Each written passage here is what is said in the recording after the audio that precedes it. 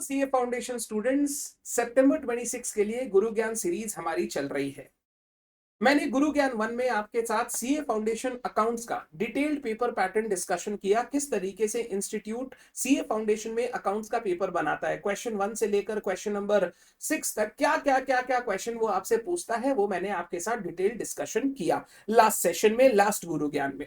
आज के इस गुरु ज्ञान में हम डिस्कस करने वाले हैं कि ये जो इंस्टीट्यूट का पेपर पैटर्न बन के आता है, आपको अकाउंट्स के एग्जाम में जो 3 घंटे मिलते हैं उसमें किस तरीके से पेपर को अटेम्प्ट करना चाहिए, यानी पेपर अटेम्प्ट का सीक्वेंस क्या होना चाहिए बच्चे का, वो मैं आपको बताने वाला हूं। और ये सीक्वेंस बिल्कुल वैसा ही होगा जैसा अगर आज अविनाश संचेती 2026 में एक सीए फाउंडेशन का स्टूडेंट होता तो वो बनाता। उसी तरीके से मैं आपको बता रहा हूं आपको किस तरीके से ये पेपर अटेम्प्ट करना चाहिए। देखो, पेपर अटेम्प्ट करने का बेसिक रूल तो यही होता है, जो तेरे को सबसे अच्छे से आता है वो सबसे पहले लिख, उसके बाद सेकंड में लिख जो तेरे को नॉर्मल अच्छे से आता है कि हाँ तू अच्छे से लिख पाएगा बना पाएगा वो कर ले। एंड नंबर 3 जो तेरे को कम कॉन्फिडेंस है या तेरे को ऐसा लगता है थोड़ा तुक्का मार के करना होगा, उसको सबसे लास्ट में लिख। तो जितना अच्छा अच्छा आता है स्ट्रॉन्ग पॉइंट्स उनको पहले, फिर एवरेज पॉइंट्स, फिर वीक पॉइंट्स। इस तरीके से पेपर अटेम्प्ट करेगा तो जो चेक करने वाला होगा ना उसका उसका तेरे ऊपर कॉन्फिडेंस अलग होगा जब वो इनिशियल पेजेस चेक करेगा। बट तो भी एक बच्चे को फाउंडेशन के अकाउंट्स के पेपर में किस तरीके से पेपर अटेम्प्ट करना चाहिए वो मैं तेरे को बताता हूं। सबसे पहला क्वेश्चन जो आपको अटेम्प्ट करना चाहिए वो होगा आइदर क्वेश्चन नंबर 2, जहां 10-10 मार्क के 2 क्वेश्चन तुमसे पूछे जाते हैं, BRS, rectification, depreciation, bills of exchange, in chapter से।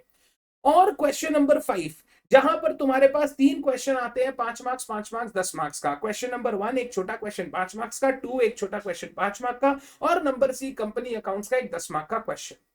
तो पहला क्वेश्चन जो तेरा पेपर में तेरे को अटेम्प्ट करना है वो इस तरीके के 5-5 मार्क वाले, 10-10 मार्क वाले क्वेश्चन अटेम्प्ट करने हैं, जो तेरे को पता है कि यार तूने अच्छे से प्रैक्टिस किए भी है और जब बनाने बैठेंगे तो बहुत ज्यादा कॉम्प्लिकेटेड नहीं होगा।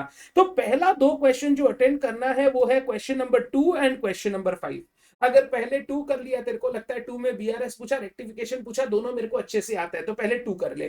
फिर उसके बाद क्वेश्चन नंबर 5 में जहां ए भी आता है, बी भी आता है, सी भी देखा हुआ है, फिर क्वेश्चन नंबर 5 कर ले। तो पहला क्वेश्चन 2 किया तो फिर सेकंड 5, पहला 5 किया तो नंबर 2 2।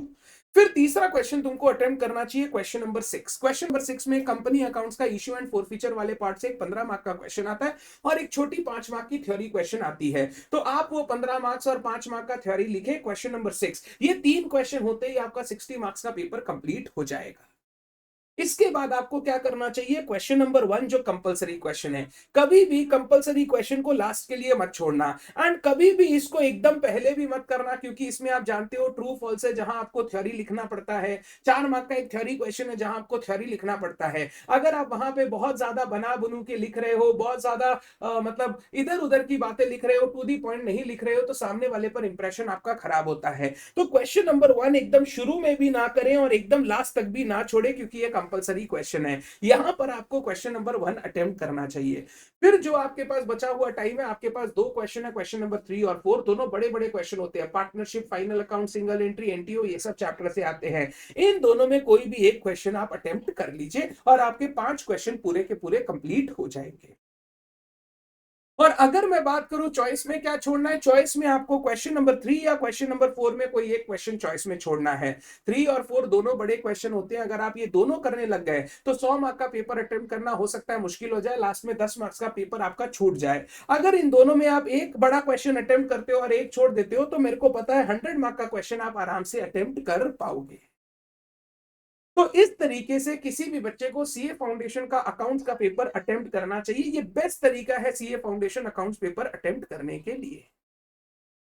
ये गुरु ज्ञान देखते रहिए, सारे गुरु ज्ञान आपको बहुत हेल्प करेंगे, क्योंकि आपका ये फर्स्ट टाइम है जब आप एक कॉम्पिटिटिव एग्जाम लिख रहे हो। इनको फॉलो करते रहिए, दोस्तों के साथ शेयर करते रहिए और इस चैनल को सब्सक्राइब कर लीजिए, क्योंकि इसमें ऐसे वीडियोस बहुत सारे टाइम टू टाइम आपके लिए आते रहेंगे। Thank you so much everyone, see you in the next Guru Gyan, bye bye.